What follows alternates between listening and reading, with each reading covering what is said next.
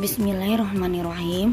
Praktikum IPA di SD kali ini yaitu mengenai pertumbuhan, perkembangan, dan perkembangbiakan makhluk hidup. Bertemu lagi dengan saya Ninci, nomor induk mahasiswa 857487329 dengan dosen pengampu Ibu Khairun Naimah MPD. Adapun judul percobaan yang pertama yaitu pertumbuhan dan perkembangan kacang hijau.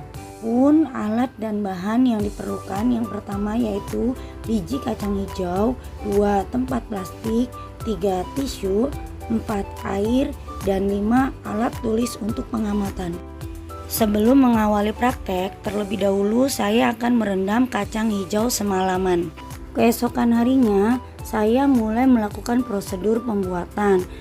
Langkah yang pertama yaitu menggulung kertas saring dan masukkan ke dalam botol selai sehingga menempel pada dinding botol bagian dalam, di mana kertas saring saya menggunakan tisu. Kemudian saya sedikit membasahi dengan air sebelum akhirnya menyisipkan 6 biji kacang hijau pada botol selai. Jangan lupa tambahkan air secukupnya sehingga kertas saring tetap basah. Apabila sudah selesai, saya akan menyisipkan atau menyimpan di tempat terang tetapi tidak terkena sinar matahari secara langsung selama 2 minggu. Jika air tampak berkurang, maka saya akan menambahkan air secukupnya sehingga kertas saring atau tisu tetap basah tetapi permukaan air tidak meredam biji. Hasil pengamatan berdasarkan hasil praktikum dapat diketahui bahwa pada minggu pertama terdapat perubahan pada umur 1 hari panjang akar mencapai 1 mm dan terus bertambah panjangnya hingga minggu kedua. Panjangnya mencapai 9,3 cm. Begitu juga dengan batang dan tumbuhan daun. Ukuran akar yang semakin panjang, pertumbuhan dan perkembangan juga terjadi pada daun. Daun yang semula hanya 1 helai kecil tumbuh menjadi 2 helai yang kemudian membesar. Begitu juga dengan bertambah panjangnya batang kecambah. Judul praktikum yang kedua yaitu pertumbuhan dan perkembangan lalat buah. Adapun alat dan bahan yang digunakan yaitu pertama plastik transparan pembungkus ukuran besar 1 buah, gelas selai 3 buah, pepaya matang secukupnya, sendok makan 1 buah, kertas saring secukupnya. Saya menggunakan tisu. Kemudian yang terakhir yaitu lalat buah 2 ekor. Langkah pertama, kita masukkan pepaya matang yang sudah kita sediakan tadi. Kemudian kita sedikit hancurkan menggunakan sendok. Setelah itu kita tutup menggunakan kain tisu di atasnya. Apabila sudah tertutupi, maka kita sisihkan di tempat di mana kita yakin akan ada lalat menghinggap. Apabila sudah ada lalat yang menghinggap, maka segera kita tutup menggunakan plastik dan mengikatnya menggunakan karet. Tahapan fase daur hidup Drosophila sp adalah telur larva, lalat muda, lalat dewasa atau imago. Lalat buah memiliki siklus hidup yang singkat dan dapat berkembang biak dengan cepat, membuatnya ideal untuk studi genetika. Praktik lalat buah dapat membantu memahami prinsip-prinsip dasar genetika dan aplikasinya dalam bidang biologi dan pertanian. Untuk praktikum yang ketiga yaitu perkembangbiakan tumbuhan, struktur bunga mawar. Adapun alat dan bahan yang digunakan yang pertama yaitu loop. Untuk loop saya ganti menggunakan HP dengan kamera makro.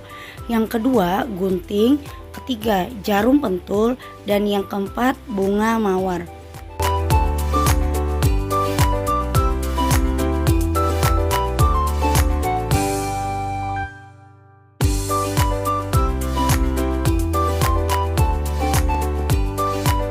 Bagian-bagian bunga yang pertama yaitu tangkai bunga. Tangkai bunga merupakan bagian pendukung bunga yang berperan sebagai tumpuan bunga. Bagian bunga yang kedua yaitu dasar bunga. Dasar bunga merupakan bagian tempat melekatnya mahkota dan komponen bunga lainnya agar tetap berada di posisinya meskipun terkena terpaan angin.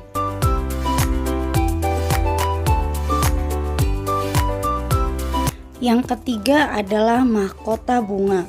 Mahkota bunga biasanya memiliki warna yang cerah. Fungsinya untuk menarik perhatian para binatang pemakan nektar dalam proses penyerbukan.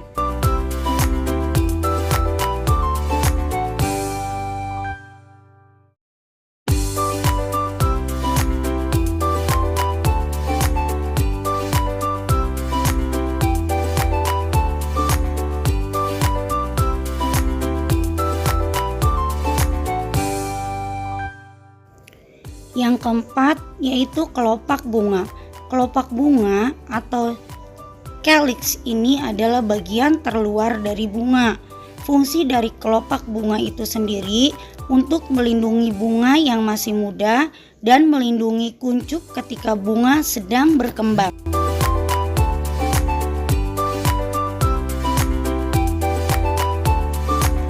Yang kelima adalah benang sari. Benang sari disebut juga alat kelamin jantan. Fungsi dari benang sari adalah untuk penyerbukan pada bunga. Benang sari melekat pada tangkai sari dan bagian atas benang sari adalah kepala sari. Yang keenam adalah putik atau alat kelamin betina. Fungsi dari putik sendiri adalah sebagai tempat atau wadah serbuk sari yang berasal dari benang sari atau alat reproduksi jantan pada bunga. Bagian putik terdiri atas tangkai putik dan kepala putik.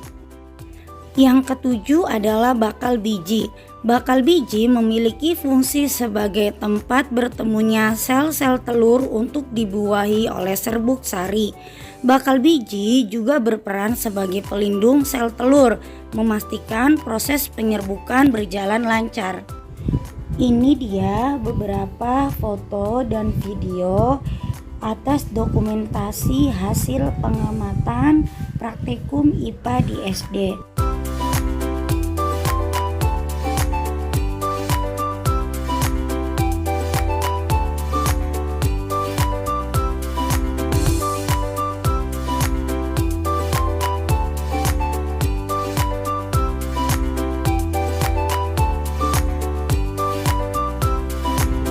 Apabila ada salah-salah kata, saya mohon undur diri dan mohon maaf. Wassalamualaikum warahmatullahi wabarakatuh.